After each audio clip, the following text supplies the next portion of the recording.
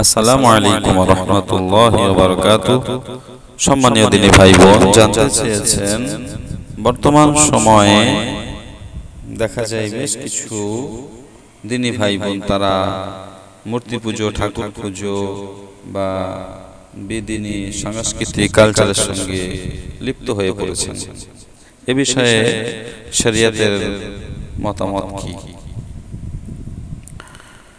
সর্বপ্রথম জানাই বিষয়টি খুবই দুঃখজনক এবং বড় পরিতাপের বিষয়।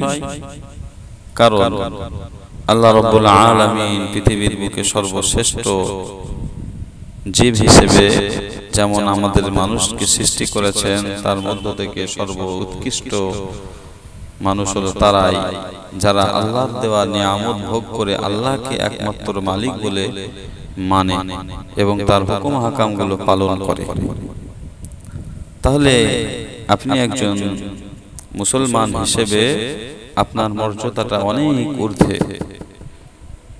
যে মালিক হাওয়া বাতাস, যে মালিক আপনার খাওয়ার জন্য খাদ্য খোরাক, যে মালিক আপনার বেঁচে থাকার জন্য সমস্ত কিছু ব্যবস্থাপনা করে দিলেন, সেই মালিকের ইবাদত যদি আপনি করতে পারেন, এটাই আপনার জন্য বড় সফলতা।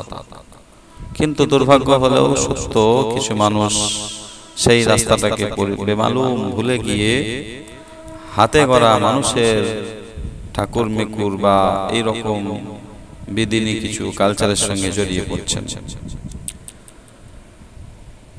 তো এ থেকে প্রমাণ হয় যে তাদের লক্ষ্যবস্তু ঠিক নেই।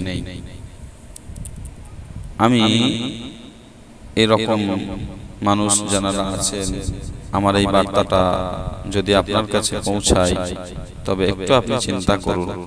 বালিশে মাথাটা রেখে ঠান্ডা মস্তিষ্কে একটু চিন্তা করুন যে আল্লাহ রাব্বুল আলামিন আপনাকে যে সম্মানিত যে দ্বীনের নিয়ামত যে দিয়েছেন, দ্বীন ইসলাম যে দিয়েছেন, সেটাকে আপনি কাজে না লাগিয়ে আপনি কেবলমাত্র দুনিয়ার স্বার্থে আপনি জনসমর্থন আর টাকা পয়সার লোভে আপনার লক্ষ্য বস্তুকে দুনিয়ার মধ্যে সীমাবদ্ধ করলেন। আপনি আখিরাত পর্যন্ত নিয়ে যেতে পারলেন না।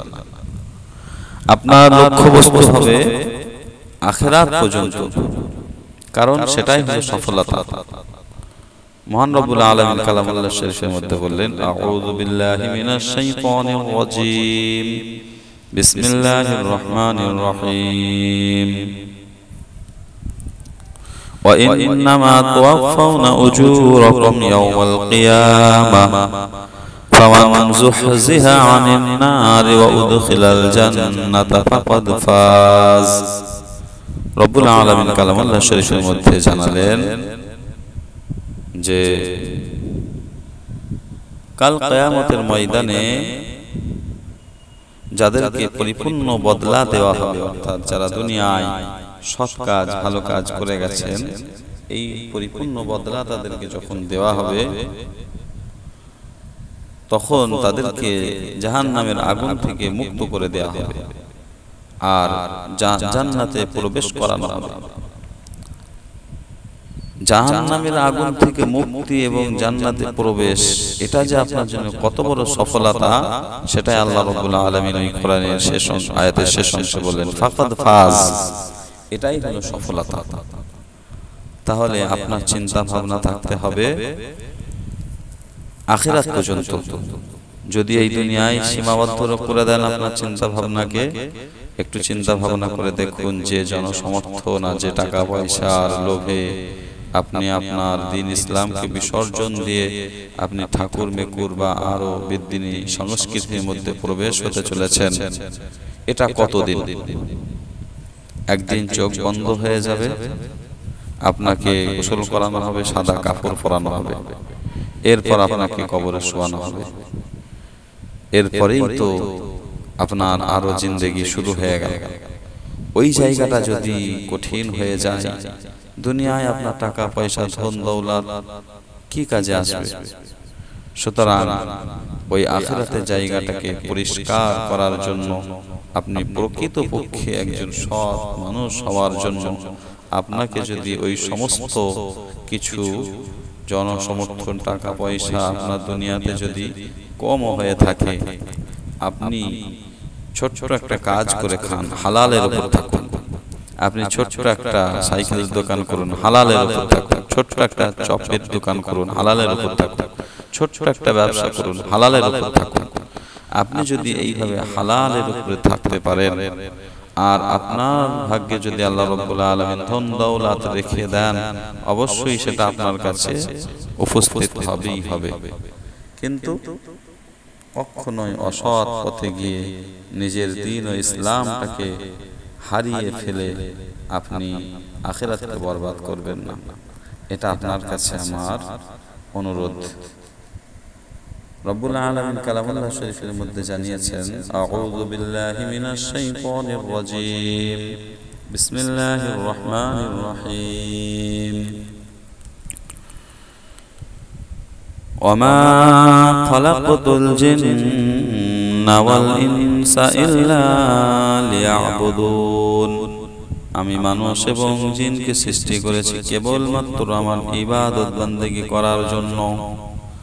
ইবাদত বান্দেগী করার জন্য আমাদেরকে সৃষ্টি করেছেন আল্লাহ। আমরা যদি আবিদ হতে পারি, আমার বান্দা আমার আল্লাহ যদি মাবুদ হতে পারেন, আমরা যদি বান্দা হতে পারি, আমার আল্লাহ যদি মালিক হতে পারেন, এটা সব থেকে বড় সফলতা। এর মধ্যেই রয়েছে আপনার কামিয়াবি। এর থেকে বড় জিনিস আর কি হতে পারে যে আল্লাহ এই সারা জমিনকে সৃষ্টি করেছেন, সেই জমিনের মালিকের ইবাদত আপনি করছেন। আপনি কোনো মানুষের হাতে করা কোনো বস্তুর ইবাদত করছেন না, বরং আপনি স্বয়ং সেই আল্লাহ রাব্বুল আলামিনের ইবাদত করছেন। এটা আপনার জন্য বড় সফলতা, এটা আপনার জন্য বড় কামিয়াবি। যদি আপনি কথাগুলো বুঝে থাকেন, অবশ্যই আপনার দুনিয়া আখিরাত কল্যাণ হবে ইনশাআল্লাহ। আর যদি মনে করেন যে আমি যেমন চলছি তেমনভাবেই বদ্দিনী বিদ্দিনী তাদের কৃষ্টি কালচারগুলোকে আমি ধারণ করব, তাহলে অপেক্ষা করুন, সময়ের সাথে সাথে আল্লাহ রাব্বুল আলামিন কঠিন পরিস্থিতির সম্মুখীন হতে পারে। তাই ওই সমস্ত বদ্দিনী বিদ্দিনী কালচার থেকে সরে এসে আপনি সুন্দর একটি জীবন গঠন করুন। এটা হবে আপনার জন্য দুনিয়া ও আখিরাতে কল্যাণের কারণ হবে। আল্লাহ রাব্বুল আলামিন দুনিয়াতেও শান্তি রাখবেন, আখিরাতেও আল্লাহ রাব্বুল আলামিন আপনাকে কামিয়াবি দান করবেন। আর যদি আখিরাতের ওই রাস্তাটা যদি আমাদের ঘাটিটা যদি আমরা আটকে যাই, তাহলে আপনার দুনিয়ায় ধন দৌলত টাকা পয়সা জনসমর্থন সব বেকার, কোনো কাজে আসবে না। ওই জন্য আল্লাহ রাব্বুল আলামিনকে হাজির নাজির জেনে আল্লাহর রাস্তে ওই সমস্ত ঠাকুর মেকুর, ওই সমস্ত মূর্তি পুজো, তাদের সঙ্গে আপনি সঙ্গবদ্ধ হবেন না। এটা মহা পাপের কাজ।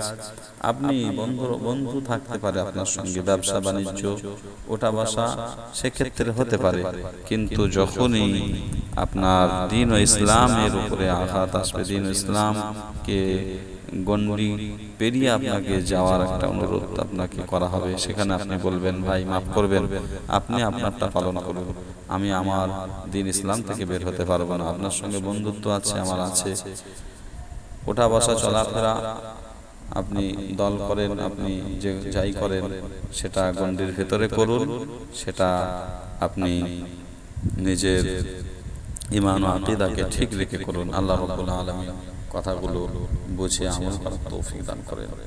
আসসালামু আলাইকুম ওয়া রাহমাতুল্লাহ।